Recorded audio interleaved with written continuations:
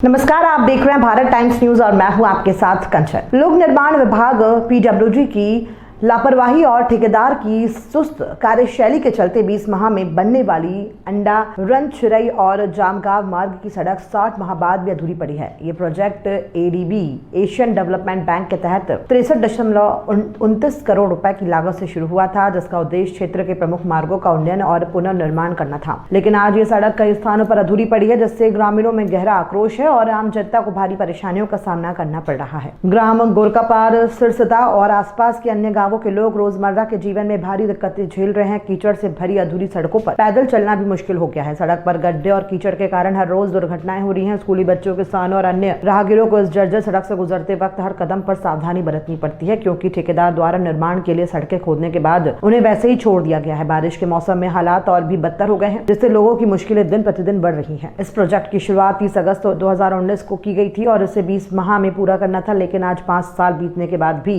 निर्माण कार्य अधूरा पड़ा है। अंडा चौक से लेकर सिरसदा और गोरकापार तक का सड़क मार्ग बेहद जर्जर अवस्था में है। गोरकापार पोल्ट्री फार्म के पास पुल निर्माण अधूरा है और सोल्जर भी पक्के नहीं किए गए हैं। गोरकापार के धन खरीदी केंद्र से स्कूल तक सड़क की हालत बेहद खराब है, जिससे बच्चों को स्कूल जाने में भारी दिक्कतों का सामना करना पड़ता है। इसी तरह रन चिरई चौक से कुछ ही दूरी पर भी सड़क जर्जर हालत में है। यहाँ बाईपास और मुख्य गली का निर्माण रुका हुआ है, लेकिन इस स्थान पर किसी बड़ी बाधा के बिना भी काम अधूरा पड़ा हुआ है। इसके अलावा अंडा चौक से सिरसदा तालाब तक कई स्थानों पर काम अधूरा है। ये सड़क अब भगवान भरोसे छोड़ दी गई है और विभागीय अधिकारियों की अनदेखी ने ग्रामीणों को संकट में डाल दिया है।